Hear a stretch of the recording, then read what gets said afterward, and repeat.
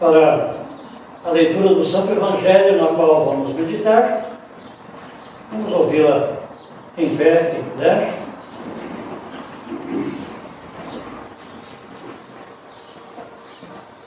Evangelho de Lucas, capítulo 17, versículos 1 até o versículo 10. Palavras e orientações do Senhor Jesus. Jesus disse aos seus discípulos: sempre vão acontecer coisas que fazem com que as pessoas caiam em pecado. Mas ai do culpado!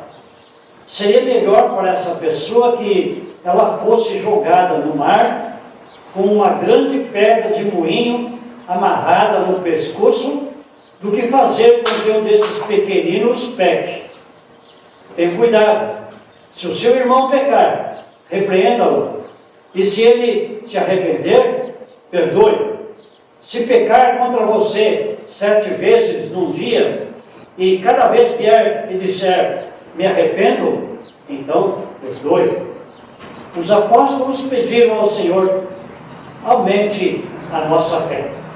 E ele respondeu, se a fé que vocês têm fosse do tamanho de uma semente de mostarda, vocês poderiam dizer a esta figueira brava, arranque-se pelas raízes e vá se plantar no mar.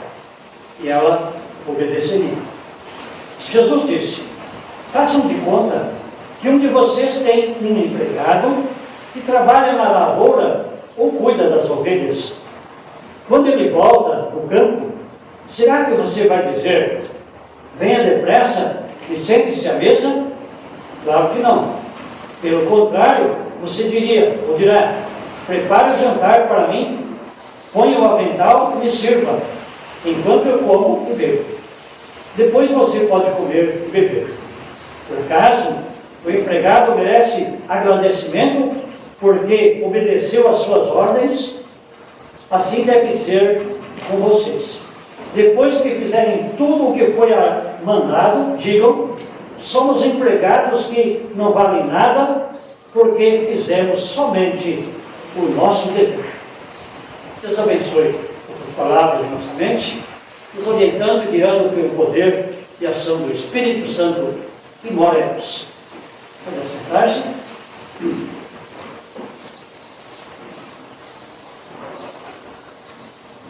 Certa vez, perguntado para o grande sábio Einstein se ele se julgava a pessoa mais sábia do mundo. A maioria das pessoas diziam isso, e alguns dizem isso até hoje. E Einstein foi o homem mais sábio aqui nesse mundo. Perguntaram isso para ele e ele respondeu, não, eu não sou o mais sábio. Quem estava fazendo essa pergunta era uma pessoa cristã. E entende-se por aí que Einstein sabia ou imaginava que Jesus seria mais sábio do que ele. Claro que nós sabemos isso.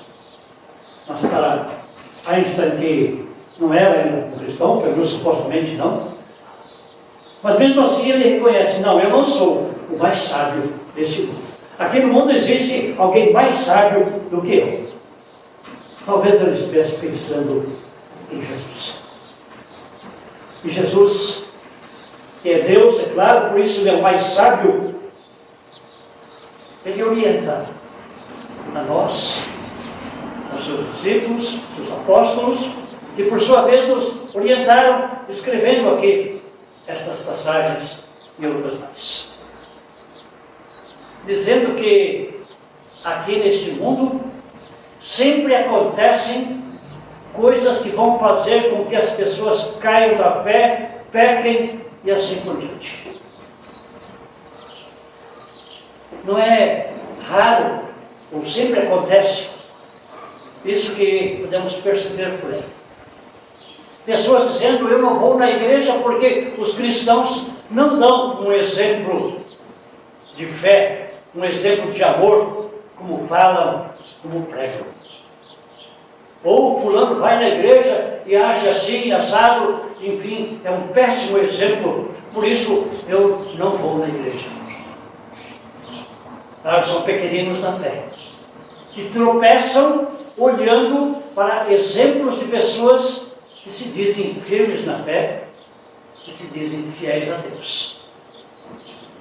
Como Jesus diz, esses tropeços acontecem.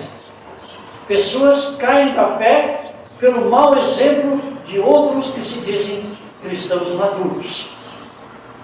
Mas ai do culpado. A palavra ai tem um sentido assim muito forte aqui na Escritura. É mais ou menos como se estivesse dizendo, vai ser condenado a pessoa que se torna culpado porque um pequenino cai da fé. Melhor fora que se amarrasse no pescoço dessa pessoa uma grande pedra de moinho comercial. Alguém tentou calcular o peso, não sei se acertou ou não, mais ou menos 400 quilos. Claro, não é necessário tudo isso. 1 quilo já chega, né, para afundar alguém no mar. Então, melhor seria isso, afogar uma pessoa ou ela perder a vida aqui, do que permitir que ela faça alguém tropeçar. Um pequenino perder a vida. Pequenino pode ser criança, pode ser um novo na fé, alguém que está iniciando na sua vida. Enfim, fazer alguém tropeçar é algo terrível. Por isso, um cuidado muito especial por parte da igreja, por parte nossa, dos cristãos, por parte de cada um de nós, para sermos um exemplo de vida cristã no mundo onde nós vivemos. Não só da boca para fora, não só com palavras, mas com ações, com caridade, com orações. Enfim, o mundo olha para nós. O mundo sedento, o mundo que não tem paz, busca essa paz e olha para nós. Olham para a igreja e procuram ver em nós essa paz que eles não têm. E quando eles a enxergam, certamente vão querer receber essa paz. Vão querer saber mais sobre o motivo da nossa paz, da nossa alegria, do nosso viver e agir com amor. Claro que nós sabemos que isto é muito difícil. Claro que você e eu também, por muitas vezes, já fizemos alguém tropeçar, e isso, quem sabe, ainda vai continuar acontecendo. Mas Jesus não para aqui. Jesus vai dizer mais ainda: tenham cuidado, cuide também daqueles que estão pecando. Não é assim que cada um aí fora, sendo cristão ou não, vai viver no pecado e eu vou ficar quieto.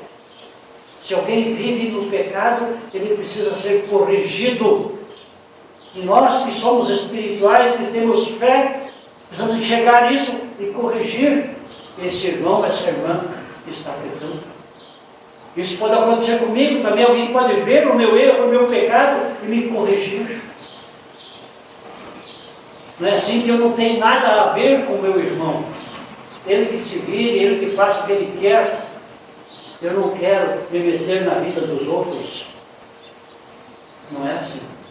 Por amor, visando a salvação de todos, nós sim detectamos o pecado e corrigimos o pecado. Claro, quando há arrependimento, há também perdão.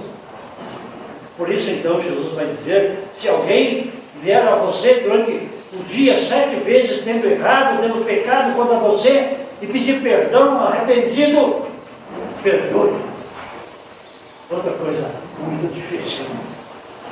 Outra coisa, humanamente falando, impossível. Mas está aí a orientação.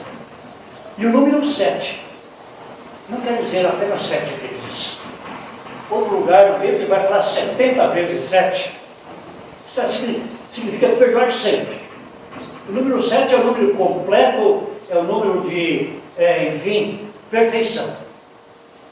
4 é o número da criação de Deus, juntamente conosco, seres humanos. E o 3 é o número de Deus, a Trindade. 4 mais 3, 7. Então 7 é tudo que Deus criou junto com o próprio Deus. Foi essa ideia do 7 aqui também, essa ideia de perfeição, de coisa completa. Corrigir uns aos outros quando pecamos, admoestar com amor, com compaixão, sem aquele ar de que eu sou melhor que você, mas enfim, sendo um próximo, um igual, pois às vezes eu preciso corrigir e às vezes eu preciso ser corrigido. E todos nós precisamos do arrependimento e do perdão. Não só uns dos outros, mas perdão do próprio Deus, que em Cristo Jesus veio realizar ou veio para nos perdoar. Duas coisas muito difíceis, não? Uma vida exemplar e uma vida olhando com amor para o próximo, repreendendo e perdoando. Ajudando uns aos outros em termos materiais e também espirituais. Difícil e humanamente falando, sejamos sinceros, impossíveis. Coisas impossíveis.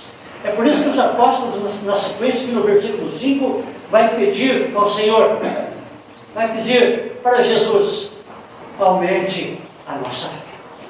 Senão, não conseguimos fazer isso que você está orientando, que você está pedindo. Aumente a nossa fé. Lá em Mateus 11, 29, Jesus vai dizer, sejam meus seguidores e aprendam comigo. Seguir Jesus, aprender com Ele, significa esforçarmos-nos ao máximo para fazer o que Ele faz, o que Ele nos diz a fazer. Sem fé, é impossível fazermos isso. Lemos lá em Abacuque 2:4, o justo viverá pela fé. Não é pelo nosso entendimento, pela nossa força ou pela nossa razão, que teremos condições de fazer isso e muito mais do que está sendo colocado aqui na Escritura, e de certa forma exigido que façamos.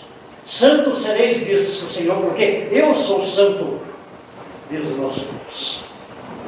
Essa santidade só existe pela fé no Senhor Jesus, que nos torna santos por crermos nele, por estarmos unidos com ele e por termos esta firme certeza.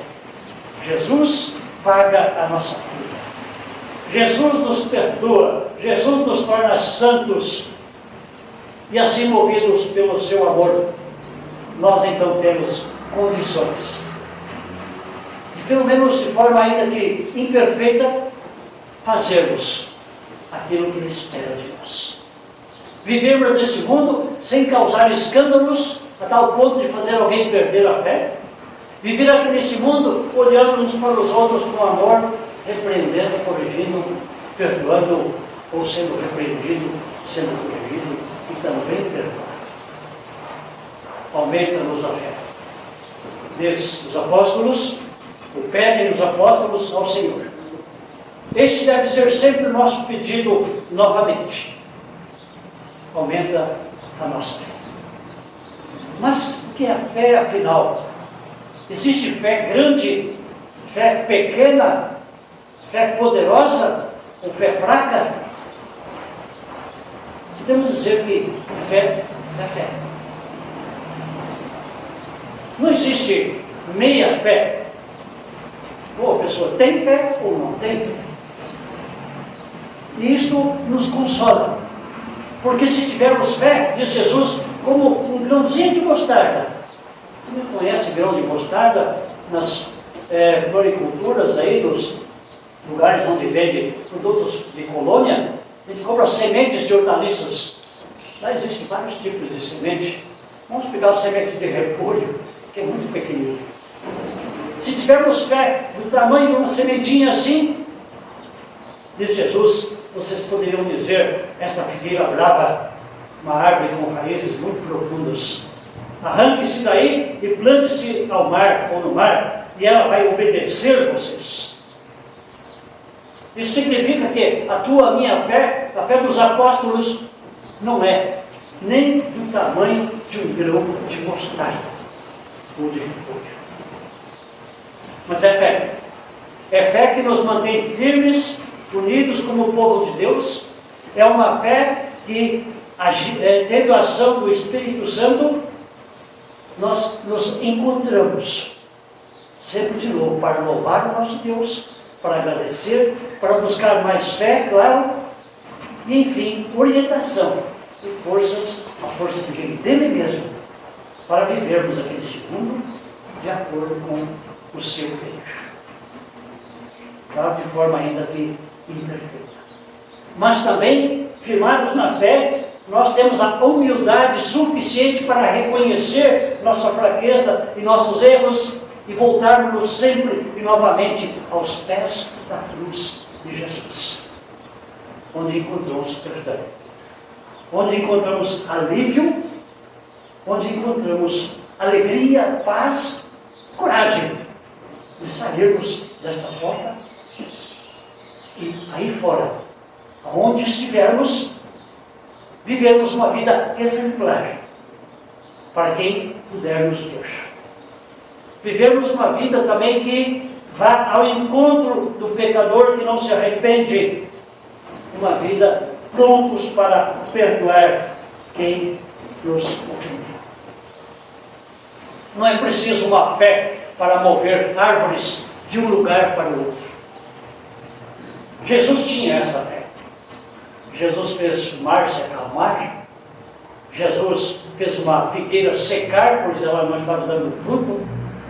Jesus expulsou demônios, alimentou multidões. Jesus curou enfermos e ressuscitou mortos. Essa é a fé de Jesus, sim. Podemos dizer isso, né, que Jesus precisa de fé. Ele é o próprio Deus. Mas, enfim, a fé que Ele quer que tenhamos é uma fé que Ele nos dá. Não é uma fé que eu busco, que eu encontro com o meu entendimento, com a minha inteligência. Efésios 2:8. A fé é um dom de Deus, é um presente de Deus. Assim como Ele nos dá todas as outras coisas, Ele também nos dá a fé. E esta fé que Ele nos dá é cultivada, é alimentada desde o nosso batismo pela palavra, pelo próprio batismo e pela Santa Ceia. Se quisermos uma fé amanhã melhor do que hoje, nós precisamos e queremos sim, pela fé que já temos, pela ação do Espírito Santo em nós podemos sim e queremos sim nos encontrarmos em torno desta palavra, em torno dos sacramentos.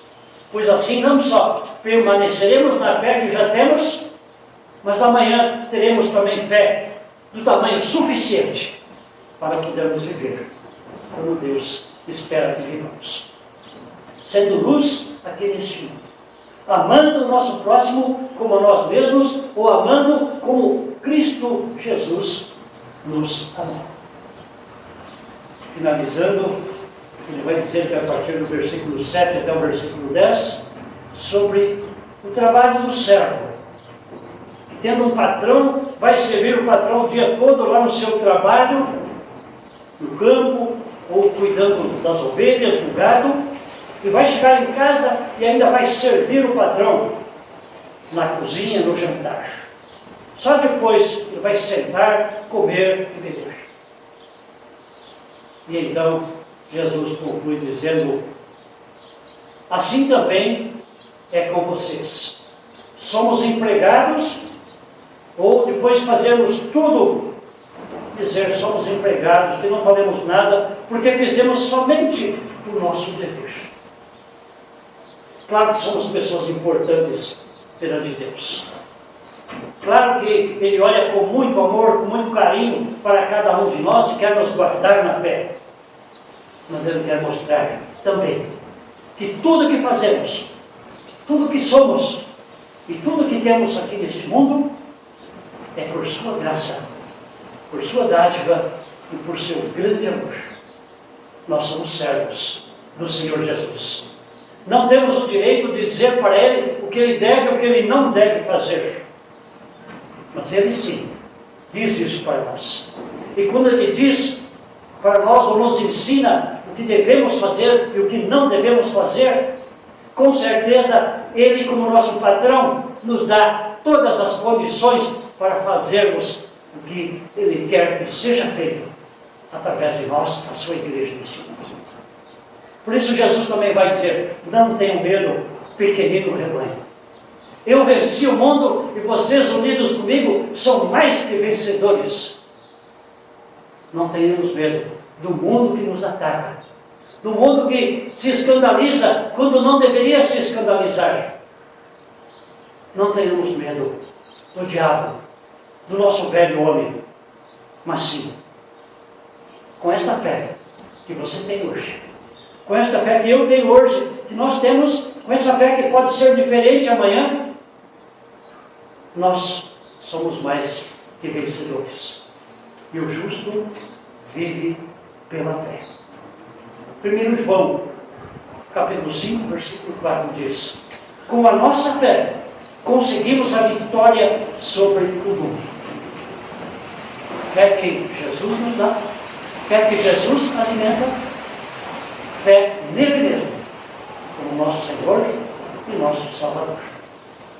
Aumenta-nos a fé, é o nosso pedido, e sabemos que Deus quer fazer isso, Ele tem feito isso, e assim continuará fazendo. Tão somente para podermos viver na sua paz, e sermos instrumentos nas suas mãos, servindo também com alegria. Que assim seja. Amém.